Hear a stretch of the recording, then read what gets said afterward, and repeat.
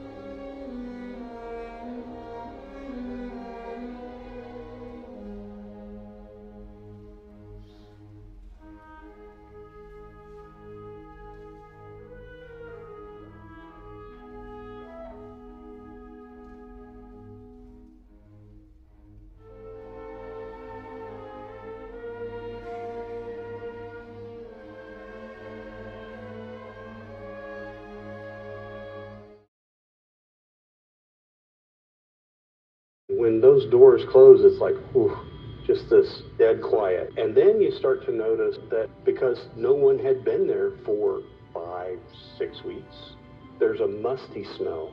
And there's in a sense, there's a sadness because there's a beauty. Each theater has its own unique beauty, but it's lonely, it's quiet.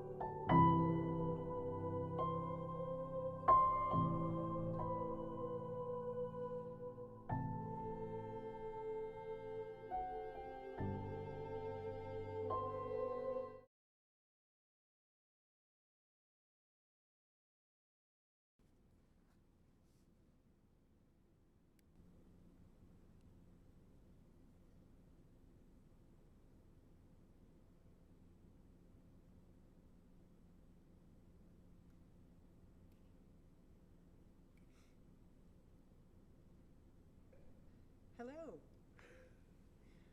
Welcome to Georgia State University Perimeter College. We are in the Marvin Cole Auditorium here with Michael Boatright. He's a photographer, and we are going to be here discussing the Dark Houses Atlanta project. My name is Sally Robertson. I'm the professor of theater here, and welcome. We're glad to have you.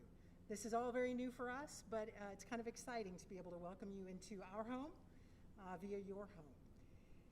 And first of all, I did want to remind everyone there is a chat feature. Please drop in your questions and we'll get to as many of them as we can today. And the photography that you saw, if you checked in a little early, you probably saw Michael's photographs go by. That will also repeat after the interview today. And there will also be a link dropped in a little bit later where you can access all the photographs and all our other 2 galleries. We have 3 in total that are open now. If you want to see them online, they will be accessible. You're also welcome to come down to the Clarkston campus where we are located with your mask and come and see in person the wonderful art that we have in our 3 galleries. We would love to have you.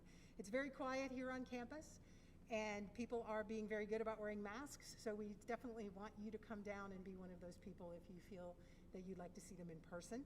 And if not, you'll check out the link later online.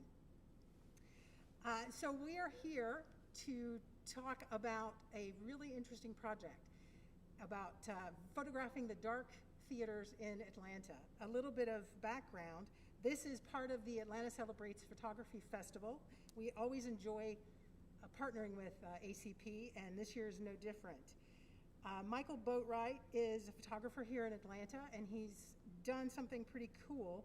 As everybody knows, in March, we all went into our houses and didn't come out for a while. This is true of theaters, live music venues, cinemas. Everyone was put into lockdown, and around the world, theaters went dark. Thousands upon thousands of theater workers have not been working since March. Theaters have not opened yet. A few brave theaters have been trying some interesting experiments. Synchronicity Theater is one of them, of getting people back in the theater live, as well as doing what most theaters are doing, which is internet Zoom, live stream, something theater. And it's a little different for all of us. In July, Michael had this idea to focus on the economic impact of all of these theaters being closed. And he decided to photograph them in situ, meaning whatever was on the stage is on the stage. If you were in the middle of a show, I'm going to photograph it. If you were in the middle of a break, I'm going to photograph it. And that's what is so moving about his photographs. And it really does bring attention to the economic, the social issues of what's been going on with the hundreds of thousands of workers, not just here in Atlanta, but that is what we are here to focus on, but around the world. So I wanted to get together with Michael and ask him a few questions that I had when I look at the photographs. I am a theater person, and I've been doing this for a long time, and in and around Atlanta, and so I have a few questions for him. And welcome, Michael. We're so glad to have you with us today. Thank you for taking the time. Thank you, Sally. Good afternoon. Yeah. So, first of all, I really do want to know what your usual artistic focus is, because I don't think it's taking pictures of dark theaters. And after you finish with that, tell us, what really got you into this creative mind of, I want to photograph empty spaces? Wow.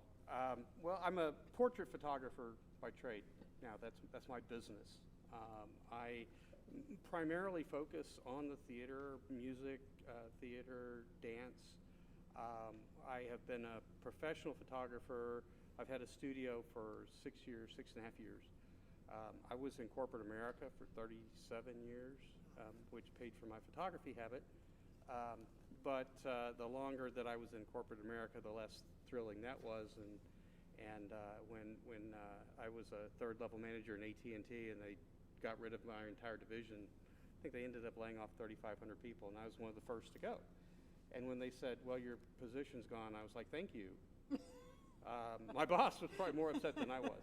Because for me, it was the opportunity to really focus on what I love to do. I used to tell people, let the beauty you love be what you do. That's a quote from Rumi. But I wasn't doing that myself. I was doing other stuff and spending about the same amount of time on my other career of photography. But I've been in photography for well over 50 years now, and it's a passion. And so I discovered that the wonderful thing about doing portrait photography in particular is that, or any kind of photography involving people, is that you actually have to engage with people. You can take a picture of a tree, but it's never going to tell you, you don't have to ask it for a model release. And it's never going to tell you, no, you can't take its picture.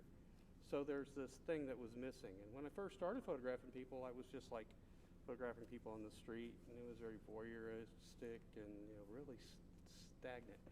Now I've discovered that there's a creative process that takes two people at least to make happen. It takes the photographer and the subject, and if you don't have both, you don't have anything. Well, guess what? Portrait photography is kind of in-person portrait photography suffered just like the industry that I happen to love to photograph, because it happens to be my passion. So you had that realization, oh, I can't do what I do, therefore there are others that can't do what they need to do. Yeah, in a sense. I mean, obviously, when the bottom fell out of everything, and the bottom fell out of the photography business the same time it fell out on theaters. Wow.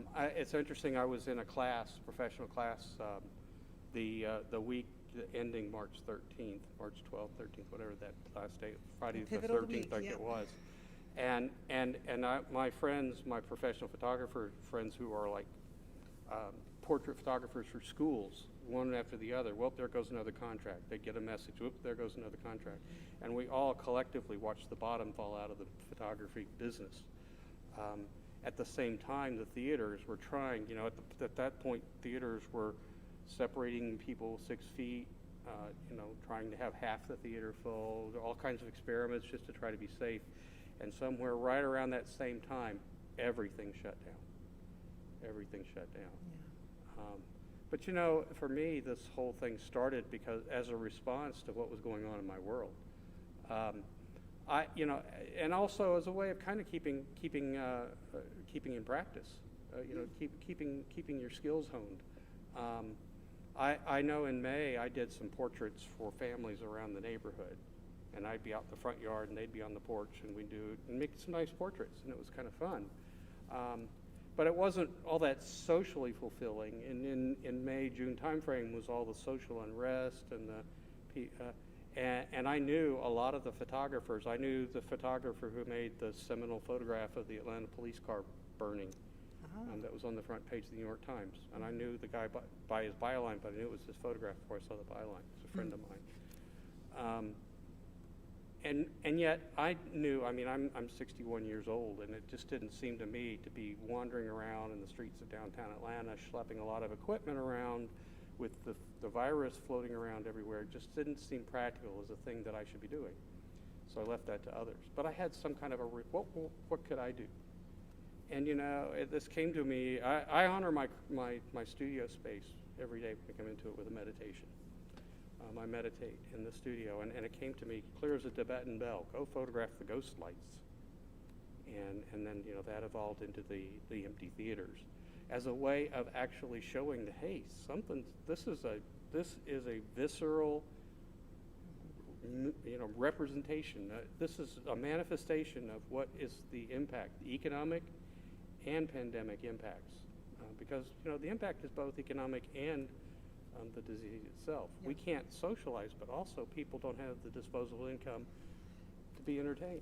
And the thing that I think a lot of people miss, those of us in the industry know, we are out of work if we're an artist. The theaters are closed down, but what I'm hearing now is audience, people who are used to going to the theater, there's a mental health part of that because we don't have that audience connection anymore, right, with the audience connecting to the artists. That's correct. And you mentioned something which is my next question is, can you tell us briefly about the tradition of the ghost light? Sure. Yeah, it's interesting. This is it's a fun tradition actually, and I was excited that when I walked into the Cole here and there was a ghost light. The ghost light is a tradition in the theater. It has a practical application. There's the apron here on the theater behind us, which is where it drops off into the orchestra pit below, or the orchestra or the seats. And if it's in the dark, you run a risk of breaking your neck walking off the edge of the apron. So there's a practical aspect of the light, having a light burning. And in a lot of theaters today, that's just simply the work lights that they operate under. There's no longer the ghost light itself. But tradition in theater lore is that the ghost light is left burning so that the ghosts will see the light on the stage and will have a place to perform, and they won't wreak havoc throughout the rest of the theater. I think it's a pretty good tradition because, as we all know, things can go bump in the night. They can, and most theaters seem to have a resident ghost. Yes, they do. So, yes. Can you tell us what is the first theater you photographed on this journey? So the very first theater that I photographed was the First Center. The first theater was the First Theater. The first. And actually, it would have been, I've been the photographer for Dramatech Theater now for over 6 years, since 2014. I've photographed over 40 productions. And when I say photograph a production, basically that's doing the archival photography. One of the things I've learned is that photo call is just stale for a theater. Photo call is when you line the actors up on stage, you say, okay, take a certain blocking in a position and pretend like you're performing, and snap a picture of it. And then they publish those in the newspaper or whatever they go to. That's kind of stale to me. I like to catch the actors interacting with each other. I like to catch those seminal moments. So I photograph productions. Usually it's the preview production, because that's when everybody's in full tech, and you've got all the costumes and the makeup and the hair, and the lines are completely rehearsed and is basically ready to go. And so you get a pretty good run. In fact, sometimes I've had better previews than opening nights. And sometimes Less jitters. Well, and the opposite is true. And I have observed that if you have a terrible preview, you almost always have a great opening night. That is one of our Traditions, lore, our myths. Also. Yes. But the First Center and Drama Tech are both in the First Center for the Arts at Georgia Tech. And the Drama Tech is in the Dean Dole Black Box Theater, which is a wonderful, wonderful black box theater. In sort of essentially the basement, sort of off the backstage of the First Center. But I knew that we knew that the Drama Tech and my dear friend Melissa Fulger, who has been my guiding light through this whole project, was there for me, so that we didn't have to worry about getting folks to switch on the lights or open the doors or whatever. Which is really, when you think about it, some of these theaters, people hadn't been in the theaters. If I were to, a lot of the theaters I would go to, I did the majority of the work in July and August. And in many cases, people had not been in the building since mid-March. And that's tragic. Or had just gone to make sure that everything was okay, but they really hadn't done any work. Lots of the stages were just how they left them. Just how they left them. Wow. It is. It's eerie. My question, the next question actually, he did not see my questions ahead No, of time, I didn't. but he's leading into them very well. Because I read one of the recent interviews you did about the theaters were empty and lonely. And as a theater person, I get that very intensely, especially looking at your photographs. But I was wondering what other thoughts and feelings you got when you were in the theater, because I always had the feeling that theaters are alive in their own way. Yes. And not having people in them with their emotions and energy and excitement. What else did you pick up on and that you feel like your photographs share with us? Well, one of the first things is obviously just that the simple fact is that theaters are acoustically designed to project the sound from the stage to the audience and not let the outside world in. You don't really want to have the sound of fire engines going by disturb the performance. So it is very quiet. I would usually have somebody let me in, and we usually come in through sometimes we come in through the stage door, but more often than not we would come in through the regular lobby door. And when those doors close behind you, and I wanted the doors closed because I didn't want that extra light coming in. Originally, the original aesthetic was just the ghost light. It turns out only about a third of the theaters have a ghost light. So the first thing that hits you is the overwhelming quiet. It's almost like a deafness in a sense. It's just like I can remember times when I was using very long exposures to get very sharp images and very low light, and so I would have to count. And I would count. I mean, the camera is counting down the 30 seconds that it would take for the shutter to be open, but I'd kind of like to know when it's about to happen. So I would count in my head, 1, 1,000, 1, 1,002. And as I'm counting quietly, I would hear the blood rushing behind my ears. You can hear the sound of your own pulse. That's eerie. That's very eerie. Beyond that, there is a sense that you are someplace where nobody else is. I mean, there may be 1 or 2 other people in the entire building. In other places, there were more going on, but in some of the theaters, there was literally. Also, because no one's been in the space for a while, there's a musty smell that you start to sense. The light that's in the theaters is, it was whatever is there, and sometimes it's just the ghost light, but it casts a very, very strange shadows throughout the theater. And there's also it's almost mysterious, because it's like how would I say it? You wonder, you know, what all was going on. I mean, you notice, because I've been in the theater a lot, there is a busyness that's always going on, and it's like, wait a second, everything's, where'd it go? Where did it go, right? And then you start to think about the people who aren't performing and the people who aren't working. I mean, it hits you. There was more than once that I had tears in my eyes. Sometimes it was tears of just the sheer beauty of the space. You know, Atlanta's very blessed that we have a lot of theater. One of the things I love most about Atlanta is a lot of theater, and a lot of very beautiful theaters.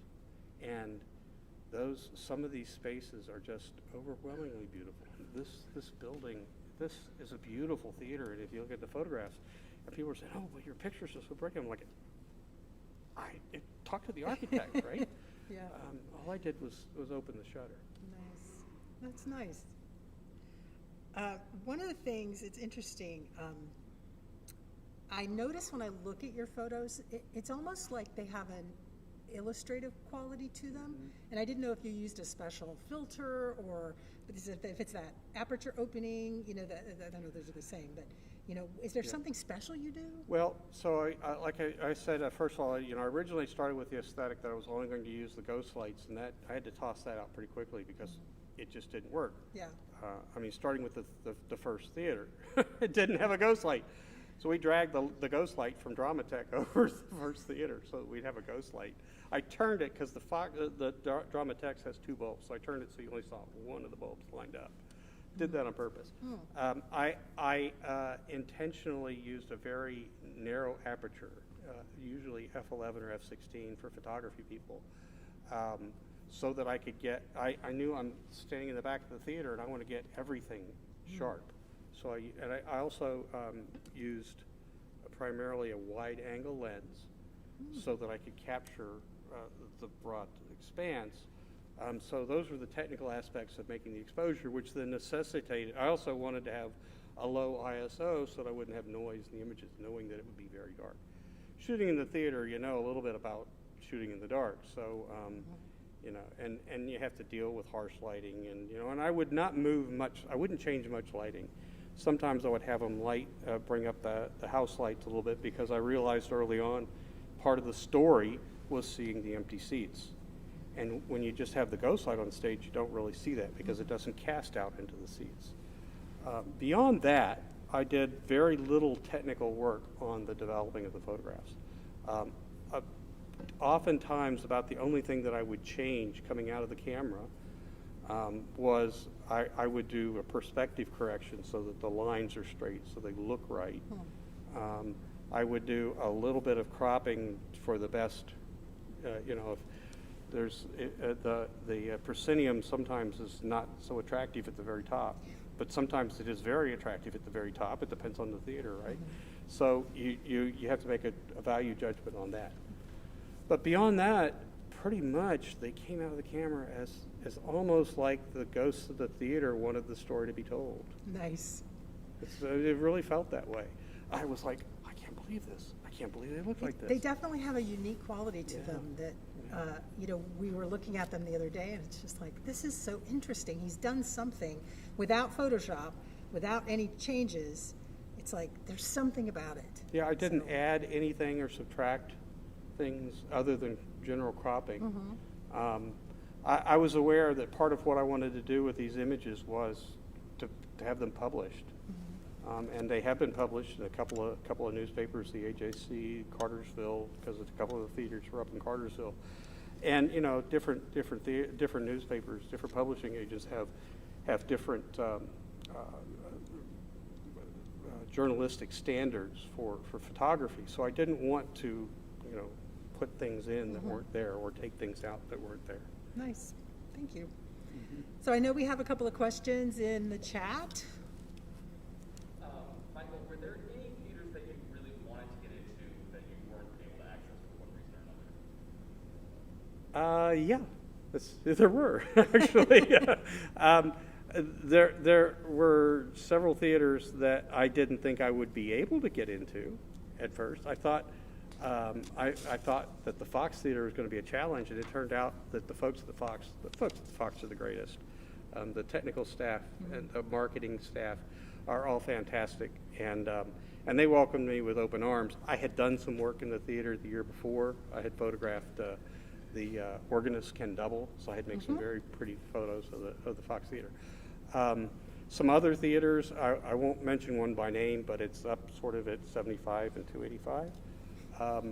I made some wonderful photographs, but their board decided that they didn't want to have them published, so which was unfortunate. Which is why I photographed 33 theaters, but I've only published 31.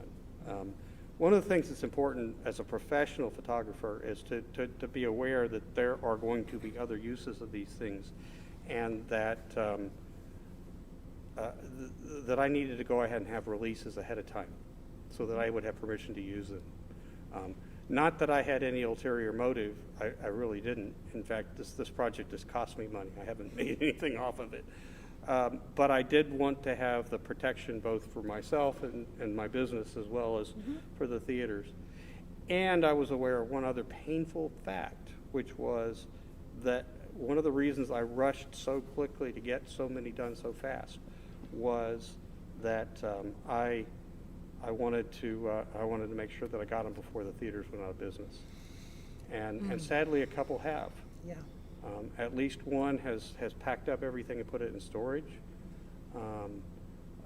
Some others are letting some of their important people go, which is very painful, and that means that the theater may have a struggle coming back. Yep. And I wanted to get that documentation in place so that everything was covered. We had what we have is a package of a historical record at this point that I wanted to be sure was protectable because it matters. It does. It matters a lot. Thank you for that. Yeah. What's your favorite element to photograph when you go into the theater? You probably already know the I've answer to this guessed. if you looked at all online. I have this thing about line sets. Yeah, that's what I thought.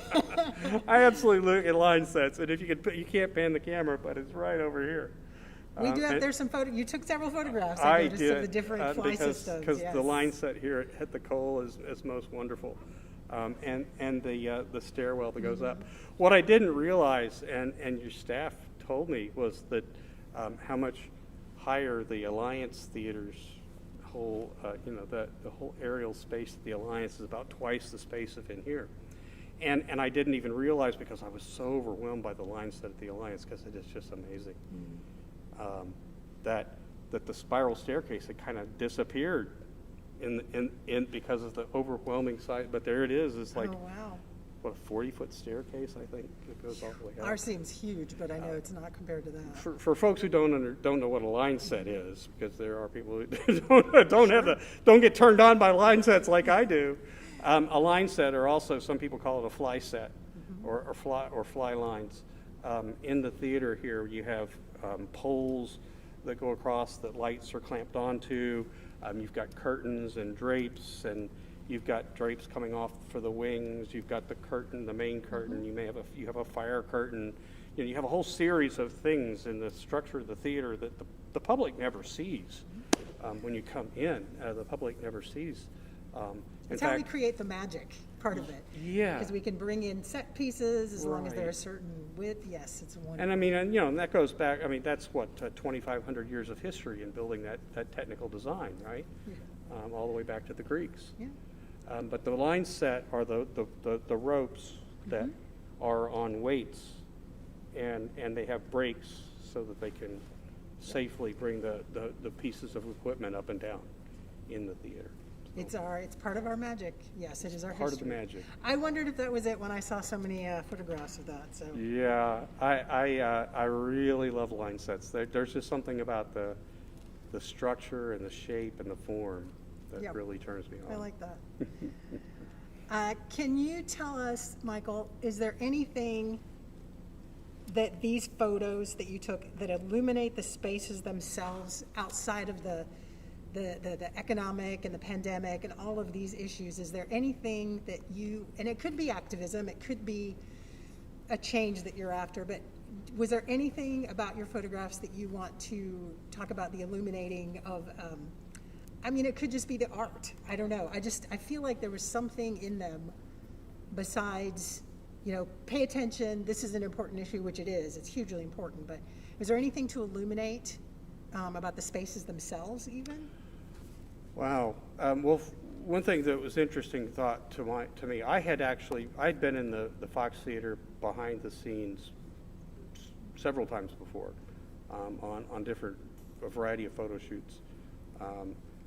I was an assistant to a dance photographer, Richard Calmes, who back in 2014 we photographed the Ailey Company, Alden Ailey Company, and we had the run of the theater. So I was familiar with the Fox, and I had seen the Ghost Light, and the Ghost Light in the Fox is an immense structure. It's something like 8 feet tall. Oh my gosh. Yeah, if you stand under, or at least it feels that way when you stand next to it, because it is just very large. I've seen it from the audience, but I've not seen it. Well, I had realized, because I'd been to many productions in the Fox, that I doubt very many people had ever actually seen the Ghost Light at the Fox. So to me, that's illuminating. I think there's something kind of cool. I love what the Horizon Theater does, where they invite, Jeff Adler told me how they invite their patrons into the theater during Tech Week to show them how the sauce is made. Yep. And people don't get to see how the sauce of theater is made because it's magic and you don't want to show the magic tricks. But on the other hand, there's something fascinating about what goes on in the theater and makes the story told. So there's those things too. And then there's one other thing that I sort of alluded to before. And I don't know what originally made me realize it, but it was about the seats, seeing the house seats. I mean, when you talk about a dark house, the house is really out here. Right. And a dark house is actually a technical term in the theater, which means the house is dark. It doesn't mean nobody's in the theater. There's always usually people in the theater. But it means that the house is dark because there are no patrons here, no paying customers. But I also knew that not having paying customers was part of the story. And so the first theater I went to, I shot looking back out here, looking back so you saw the empty seats. What was interesting was I also early on started asking everybody, how many seats are in your theater? For one thing, that helped me get an idea of how big it was and how much time it was going to take me to do the work. But how big was the theater? Well, I recorded those info. And what I discovered was that just in the 33 theaters that I photographed, there's over 15,000 seats that are empty in Atlanta for an entire season. And if you think about a season of a theater for a typical house, that's at least 6 shows a year, often 6 runs a week for typically 4 to 5 weeks. If you take that math out and you figure, let's say an average of $30 a seat, which is low when you consider some of the theaters and high when you consider some of the others, that I just extrapolated out that just the ticket sales itself for 15,000 seats was somewhere between $65 and $80 million. And when you realize that the ticket price is only a partial part of the overall cost of production, that all of a sudden becomes a real economic impact. Now that's people, that's not just, well, that's people are paying for entertainment. No, that's people that are not spending money at the grocery store. That's money not being spent at Home Depot for set construction. That's a big economic impact. And it's one that I don't think most people realize. I think you're right, and I'm glad you brought that up because I know there's been several studies recently. The economic impact of the arts in Atlanta is in the billions. And when you shut down all of our theaters, what does that do to the entire area? And it is heartbreaking to think about. Individually, we know how that impacts our friends and our colleagues, but it impacts the entire region. So there's estimates now, economists say that in the United States right now there's something in the neighborhood, and who knows, I mean the measurements, it's hard to measure these days, but measurements of approximately 30 million people out of work in the United States. Half of those people, 15.5 million of them, are in the entertainment industry, either film, theater, or commercial work. Wow. Yeah, wow. That's, yep. Do we have any more questions over there? We're good. All right. I guess my last question, really the important one, is do you have any advice for students or people in general who might be interested in photography as something they want to do either for profit or fun or just because they were inspired? Well, I think that there's probably a myth that says I have a camera and therefore I just got a camera, or even worse, you're out in the field shooting and somebody says, "Oh, you must be a really good photographer. You've got an expensive camera," and all that means is you got a telephoto lens on it. Right. I think that if I were to give advice to people starting out in photography right now, I think it's going to have to. Flexibility is probably the number one quality to have as a photographer.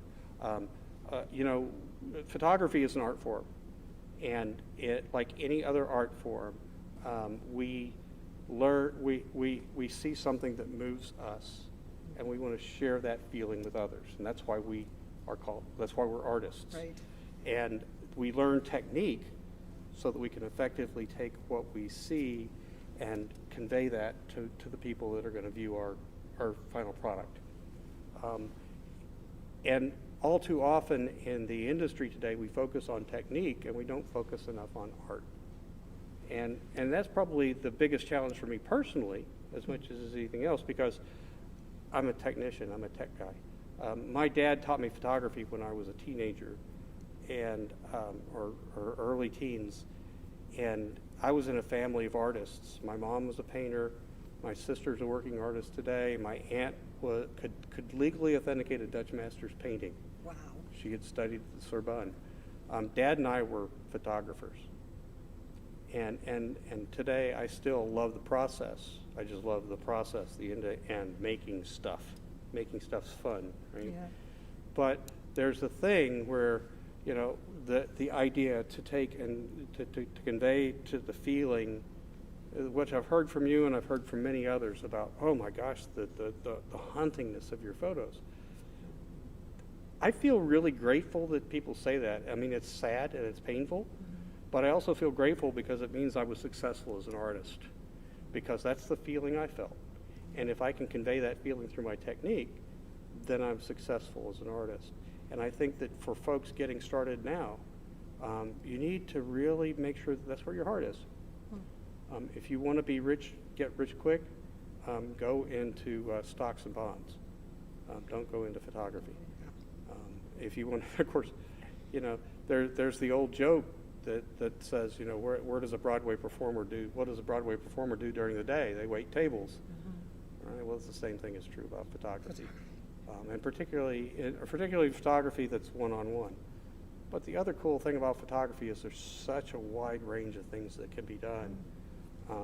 And just because we now have a cell phone in our pocket that we can call ourselves a photographer with, doesn't mean that that there's not a place for photographers in the world today. So I encourage them, and in fact, I'm looking forward to meeting with some photography students after this talk tonight. Yeah, so. I know you get to talk with one of our photography classes. That's very exciting for them. I'm very Thank you for excited doing about that myself. I always love to talk to new photographers because they are the lifeblood of the industry. And they make us old guys have to they challenge us. Yep. They make us take a look at, and what am I stuck in? What I've been doing the same thing for 30 years. Should I keep? No. Well, no. Things have. If anything, if everybody hates 2020, but if there's anything 2020 it's taught us is we have to change. Change is inevitable. Change is inevitable. It is. So. And it's coming, hopefully things will change for the better. And your work, I think, has helped others who aren't directly related to this industry see some of the changes that are happening, especially with the artists. And I appreciate that as an artist, and I know others do too. And as sad as it is sometimes to look at the photos, it's also, I get a sense of thank goodness that I get to see this in your eyes, and I do appreciate that. So thank you. Thank you very much. That's it for my questions, and I guess we've been pretty quiet in the chat for the last minute or two. So we'll say thank you, Michael, so much. Thank you for your art. Thank you for your chat today. And if you want to come down to the Clarkston campus of Georgia State University and see Michael's photographs in person, and it is well worth the trip, please do come down. You can also see them online in the gallery link, as well as our other 2 wonderful exhibits. And we are here. We're going to be having other events, safe events as well for theater and music, so we look forward to inviting you back for those. Other than that, please enjoy the photographs as they go by once we have finished our interview. And thank you so much for joining us.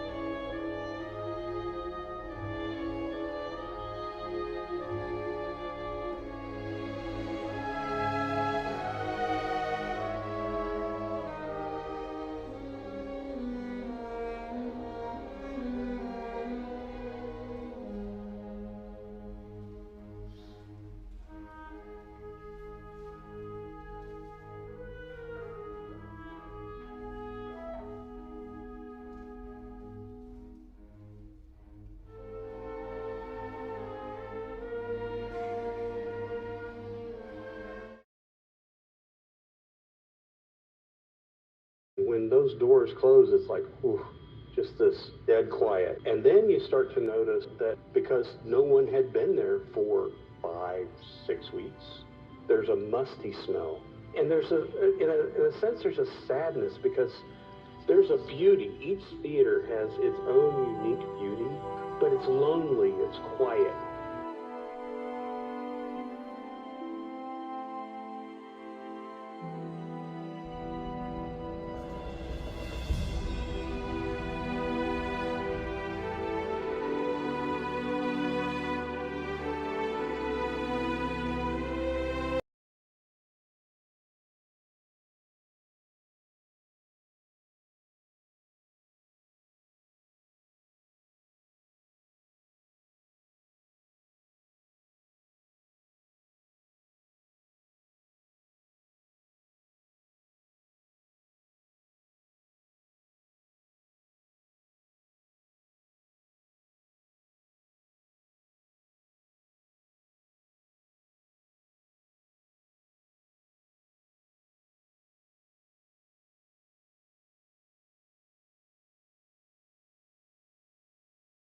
When those doors close, it's like, whew, just this dead quiet. And then you start to notice that because no one had been there for 5, 6 weeks, there's a musty smell.